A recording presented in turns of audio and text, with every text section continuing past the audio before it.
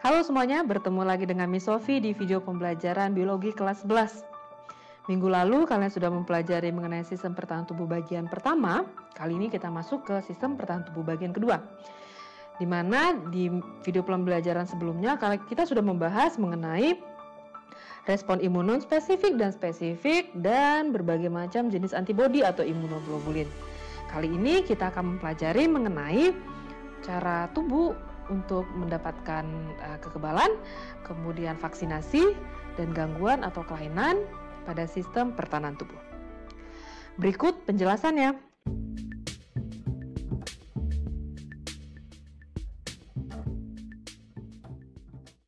Kita masuk yang pertama, yaitu mengenai cara tubuh memperoleh kekebalan. Kekebalan tubuh itu dibagi menjadi dua, yaitu kekebalan tubuh aktif dan pasif. Kekebalan tubuh aktif itu merupakan kekebalan yang muncul karena tubuh organisme membentuk antibodi sendiri akibat infeksi dari antigen tertentu. Kekebalan tubuh aktif itu dibagi menjadi dua. Yang pertama adalah aktif alami, yang kedua adalah aktif buatan. Kekebalan tubuh aktif alami itu teraktivasi karena adanya infeksi dari patogen. Sedangkan yang aktif buatan itu dilakukan dengan cara injeksi antigen ke dalam tubuh atau yang dikenal dengan vaksinasi. Selanjutnya yaitu mengenai kekebalan tubuh pasif. Kekebalan tubuh pasif itu merupakan kekebalan yang diperoleh dari antibodi yang dimasukkan ke dalam tubuh. Kekebalan tubuh pasif dibagi menjadi dua. Yang pertama adalah kekebalan tubuh pasif alami. Nah, ini contohnya adalah antibodi yang diberikan dari ibu ke bayinya. Di bab sistem reproduksi yang lalu, kita sudah mempelajari bahwa ketika seorang ibu melahirkan, seorang ibu itu akan siap untuk memproduksi ASI, di mana ASI yang pertama kali keluar itu mengandung kolostrum. Nah, kolostrum itu sangat penting bagi bayi karena mengandung antibodi, ya, yang berguna pada sistem imun bagi bayi tersebut. Nah, kolostrum yang mengandung antibodi tadi itu termasuk ke dalam kekebalan tubuh pasif alami. Yang kedua adalah kekebalan tubuh pasif buatan. Ini berasal dari antibodi yang diekstrak dari individu lain, kemudian disuntikkan ke tubuh orang lainnya, atau dalam bentuk serum. Nah, ini contohnya itu yang sudah dilakukan adalah serum pada penderita anjing gila. Selanjutnya adalah mengenai vaksinasi. Jadi vaksinasi itu merupakan pemberian vaksin atau suatu antigen melalui suntikan atau juga bisa diberikan secara oral yang menyebabkan peningkatan imunitas pada individu tersebut. Nah, vaksin diperoleh dari beberapa sumber. Ada 5. Yang pertama adalah mikroorganisme mematikan yang dimatikan. Itu contohnya bakteri penyebab batuk rejan. Yang kedua, strain hidup yang tidak mematikan atau vaksin yang dilemahkan. Itu contohnya virus rubella. Yang ketiga adalah toksin yang dimodifikasi. Contohnya itu vaksin difteri dan tetanus. Yang keempat, antigen hasil isolasi terpisah dari patogennya, contohnya vaksin influenza. Dan yang kelima, antigen hasil rekayasa genetika, contohnya vaksin hepatitis B. Vaksinasi yang diberikan kepada seseorang akan merangsang sistem imunitas dalam tubuh orang tersebut.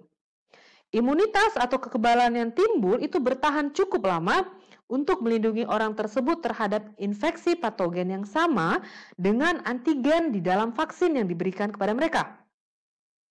Tingkat dan lama kekebalan yang diperoleh melalui vaksinasi tidak berbeda jauh dengan tingkat dan lama kekebalan yang diperoleh apabila orang tersebut baru sembuh dari sakit akibat terinfeksi oleh patogen yang sama dengan antigen di dalam vaksin yang diberikan.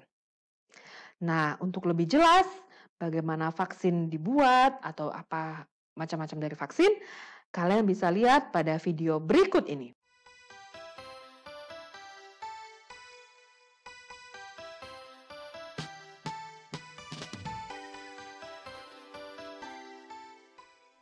teman-teman, di masa pandemi COVID-19 ini, kita semakin sering mendengar tentang vaksin yang diharapkan akan dapat melawan virus corona.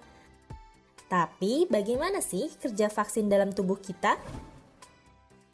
Vaksinasi adalah cara efektif, simpel, dan aman untuk melindungi kita dari penyakit berbahaya sebelum kita terkena penyakit tersebut. Vaksinasi memanfaatkan daya tahan tubuh alami untuk membangun pertahanan ke infeksi-infeksi khusus dan membuat sistem imun kita menjadi lebih kuat. Cara kerja vaksin dalam tubuh kita adalah vaksin mengenali kuman yang datang, seperti virus atau bakteri, kemudian vaksin menghasilkan antibodi yang merupakan protein yang dihasilkan secara alami oleh sistem imun kita untuk melawan penyakit. Lalu, vaksin ini akan mengingat penyakit tersebut dan bagaimana melawannya di masa depan. Jika kamu terpapar kuman ini di masa depan, sistem imun kamu akan dengan cepat melawan dan mematikannya sebelum kamu sakit.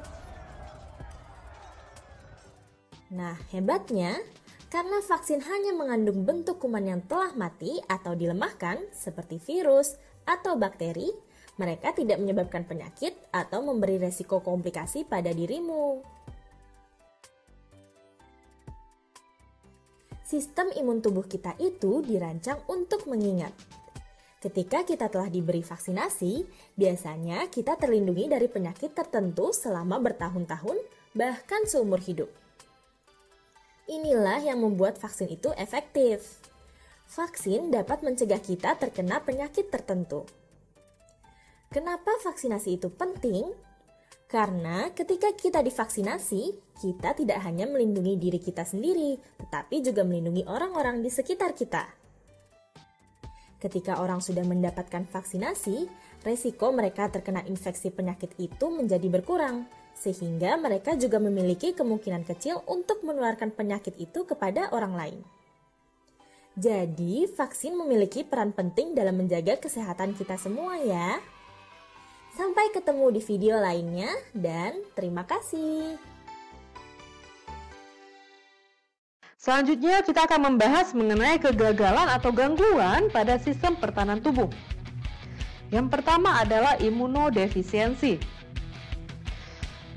Imunodefisiensi ini adalah kemampuan sistem imun untuk melawan penyakit dan infeksi itu terganggu atau melemah. Ada dua contohnya. Yang pertama adalah SCID. Itu merupakan kegagalan imunitas humoral dan imunitas yang diperantarai oleh sel untuk bekerja. Kemudian adalah AIDS. AIDS ini penyakit yang disebabkan oleh virus HIV yang menyerang sel T helper yang menurunkan fungsi dari kekebalan tubuh.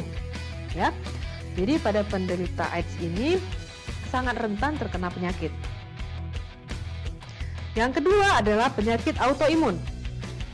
Penyakit ini terjadi akibat gagalnya sistem imun untuk membedakan antigen asing dengan antigen yang ada di dalam tubuh. Nah, ada 3 contohnya. Yang pertama adalah lupus. Lupus ini menyerang organ-organ vital tubuh dan dapat menyebabkan kerusakan pada ginjal. Yang kedua adalah artritis rheumatoid, menyerang sendi yang disebabkan oleh bakteri. Kemudian yang ketiga adalah multiple sclerosis. Ini menyerang sistem saraf ya, tepatnya itu di bagian selubung mielin pada sel saraf. Gangguan yang ketiga adalah alergi. Alergi ini merupakan respon imun tubuh yang berlebihan terhadap alergen. Alergen itu benda asing dan juga antigen, baik yang membahayakan maupun yang tidak. Jadi bagi penderita yang menderita alergi, ya, biasanya zat alergennya ini bisa berupa debu, rambut, bulu, ataupun serbuk sari. Oke, sampai di situ materi pembelajaran kita hari ini. Tugas keterampilan kalian adalah mencari sebuah artikel mengenai penyakit lupus. Setelah itu kalian jawab pertanyaan yang ada di depan. Yaitu yang pertama adalah, apakah yang dimaksud dengan penyakit lupus? Mengapa penyakit lupus itu berbahaya? Dan apakah perbedaan antara penyakit lupus dan penyakit AIDS? Jangan lupa setelah kalian jawab pertanyaan itu, kalian cantumkan link artikel yang sudah kalian temukan tadi di bagian bawahnya. Ya, ini merupakan video terakhir kita di kelas 11. Jadi jangan lupa kumpulkan tugas kalian tepat waktu. Tetap jaga kesehatan. Kita ketemu di video pembelajaran selanjutnya. Bye!